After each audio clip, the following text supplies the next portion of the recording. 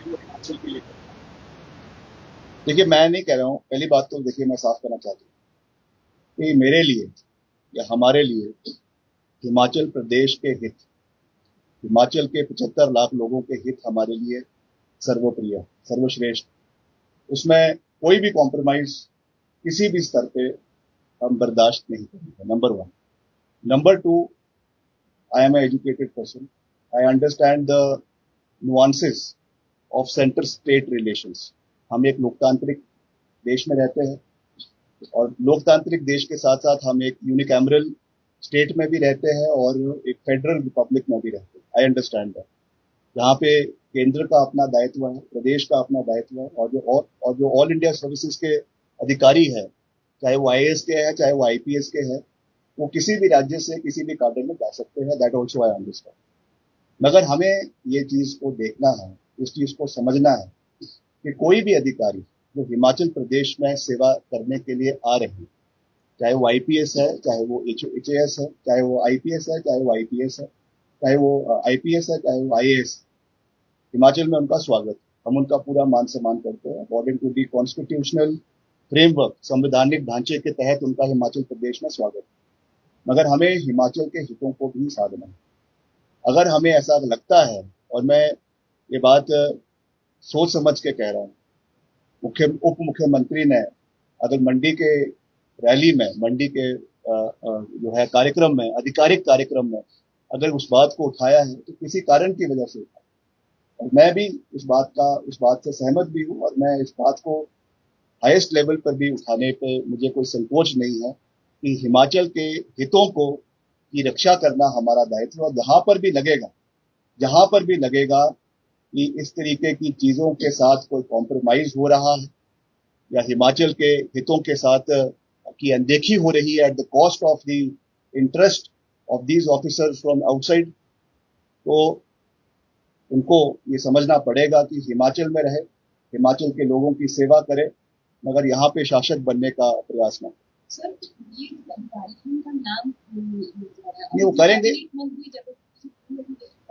ये जो सभी अधिकारी अपना काम कर रहे हैं, ऐसे अपना नाम लेना नहीं, नाम देखिए, नाम लेना सार्वजनिक रूप से सही नहीं। जहां पर भी इस बात को रखना है वो रखेंगे, और निश्चित तौर से रखेंगे, पूरे दमखम के साथ रखेंगे। हिमाचल के हित हमारे लिए सर्वोपरि है। मेरी किसी से कोई पर्सनल एनिमिटी नहीं, मेरा किसी से कोई पर्सनल विवाद नहीं। ये बात हिमाचल प्रदेश के लोगों के हितों की है, ये बात हिमाचल प्रदेश के लोगों के इंटरेस्ट की है, और उसके लिए अगर हमें इस बात को कहीं पर भी रखना पड़े तो उसके लिए उससे हम गुरेज नहीं करेंगे। नहीं, वो करेंगे, जहां पे भी इसको रखना हो हम रखेंगे, और सही रूप पे रखेंगे, ताकि भविष्य में ये चीजें प्रदेश के अंदर ना हो। समय बताएगा कौन है कौन नहीं। ये देखिए, ये चीजें ऐसा नहीं है कि ये चीजें ऐसा नहीं है कि आज से ही है, कई समय से ये चीज रही है। ये तो बल्कि विधानसभा में आपको याद होगा, नेता प्रतिपक्ष ने भी ये मुद्दा उठाया था। उन्होंने भी ये बात कही थी कि अफसर जो है वो अपने हित के लिए राजनीति करते हैं। उन्होंने भी ये बात कही, ऐसा नहीं। और डिप्टी सीएम ने भी ये बात कही। तो मैं इसमें कोई पॉलिटिकल एंगल से बात नहीं कर रहा, मैं इसमें दलगत राजनीति से ऊपर उठ के for the larger interest of the state of Himachal Pradesh ये बात कह रहा हूँ। और मैं बात बिल्कुल साफ शब्दों में कह रहा हूँ कि हिमाचल के रिसोर्सेस, हिमाचल प्रदेश के लोगों के, अगर हम केंद्र से भी कोई पैसा हिमाचल के लिए ला रहे हैं, करोड़ों हजारों करोड़ रुपए लेके आ रहे हैं, तो वो हिमाचल प्रदेश के लोगों का पैसा है।